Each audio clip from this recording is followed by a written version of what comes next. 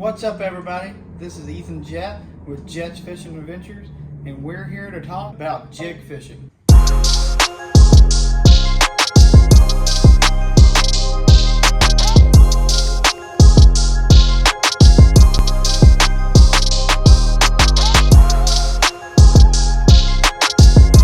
Thanks for tuning in to my first Talk Tackle Tuesday.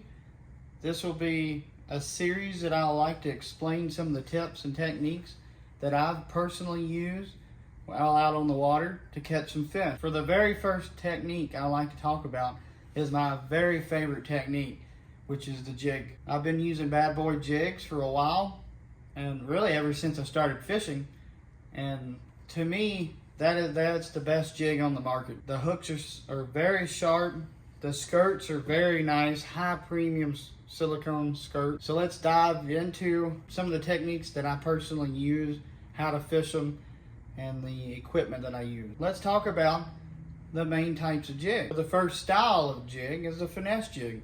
A lot of people use on very clear bodies of water, or when you're fishing for around smallmouth. This is a jig I like to use on Dale Holland. I've caught a lot of fish on a finesse jig. Typically, the finesse jigs have a lighter wire hook, so you can get away with a lighter line. I usually fish the finesse jig a lot of times on braid to fluoro. Most of my jig fishing in general is on braid to a fluoro leader. I just love that extra sensibility dragging a jig. So behind me here, I'll show you what I use on my finesse jig. I typically use around 1/4 ounce or smaller on the weight. So to get that long cast on a clear reservoir like Dale Holland, I personally fish it on a spinning rod. So being able to make that long cast is very important on a clear body of water so the fish don't see it. And so I use a spinning rod. This is a Shimano, and I use this is a Dobbins Maverick spinning rod.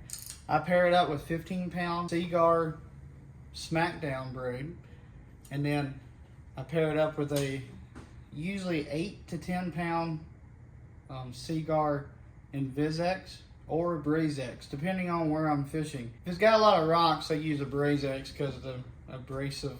You don't nick the line as much. This is the Striker 4.0 in a green pumpkin color.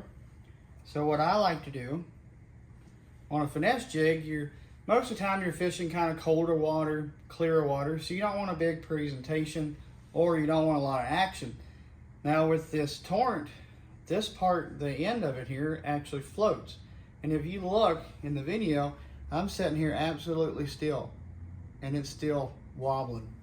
So what I do is I'll look around, see how much I want standing up, and typically I'll come over here, bite it off, spit it out, and thread it on the hook just like this.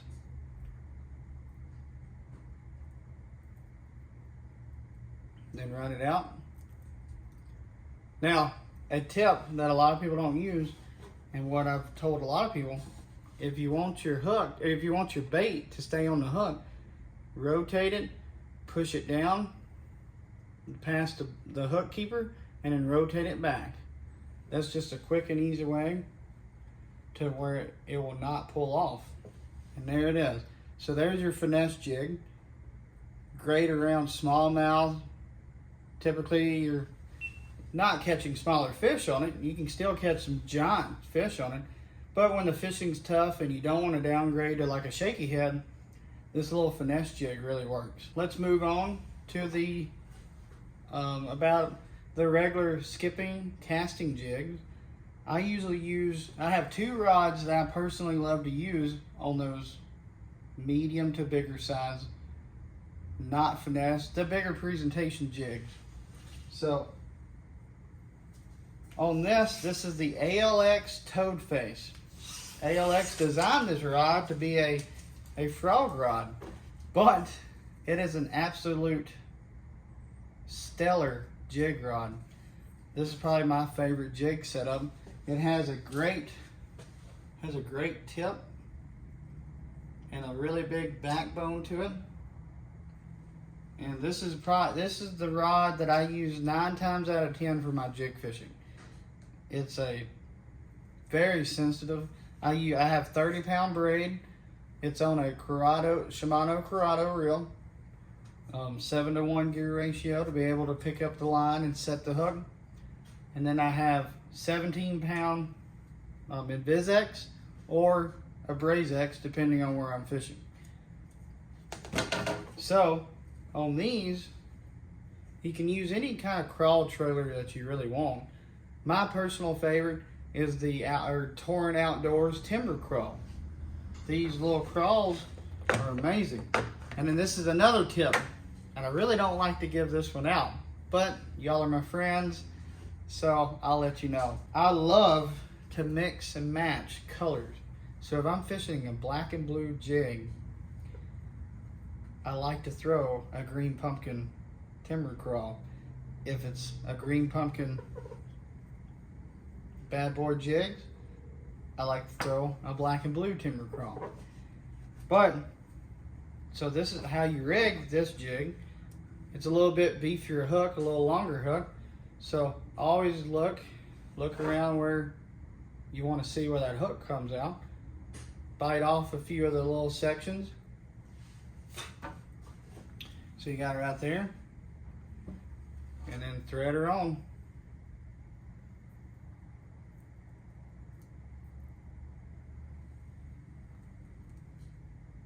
And then this is where my trick that I told you before. If you got it perfectly rigged up, if you got it coming out, just rotate it, pull it over that hook keeper, and rotate it back. These Torrent Outdoor crawls are you can catch many a fish on them, but if you do that, it's hard the bait to pull off that hook. You get more fish catches, you save money because you don't have to spend more money on baits. Really good contrasting. I have caught more fish on a black and blue jig paired up with a green timber crawl than I can count. So this is 9 times out of 10 the setup that I fish. If you see me fishing a jig, this is what I'm fishing most of the time. It's a very sensitive rod. It's very lightweight. I do also use a Cashin 7'2" medium heavy, which I'm going to show here with a little bit of lighter jigs. But this is anywhere from a 1/2 ounce to 3/4. And I will throw football jigs on this rod too, kind of lighter football jigs, which I'll be in another video. So moving on to the next one. So this rod is the Cashin 7'2" Icon series worm and jig rod. This is a really good rod. This is what I use for my 1/2 ounce or smaller up until about a 1/4 ounce, and then I'll switch over to the Finesse jig category. Same thing, rig up a timber crawl, or I've also like using the Reaction Innovation Beaver style, the Strike Kings. I like those. You cannot go wrong with the old classic Zoom speed crawl. So this is what my lighter jig rod is. It's got 17-pound fluoro seaguar and Invis-X on it. It's I use this rod a lot when I'm just kind of flipping around tree or lay downs. This is what I use it more. That rod there, the ALX, is a little bit heavier, and so I use it around like more if I'm actually flipping into the lay down, or if I'm fishing around docks, because you need that power to set the hook and reel them out from under it before they get hung up. So this rod I absolutely love. I actually have 3 of these rods, and they're very multi-purpose. You can use them for about anything. So like I said, I've already covered, I usually use anywhere between 20-pound to 15-pound seaguar and Invis-X or a Braze-X for my regular just casting jigs, skipping up under docks. I've also used I use 12 pound to 10 or to 8 pound braze X if I'm fishing the little finesse jig like this. That just allows me to be able to not worry about nicking the line and losing a big smallmouth if I'm fishing. Most of the time if I'm fishing a finesse jig, I'm going after smallmouth on a clear reservoir.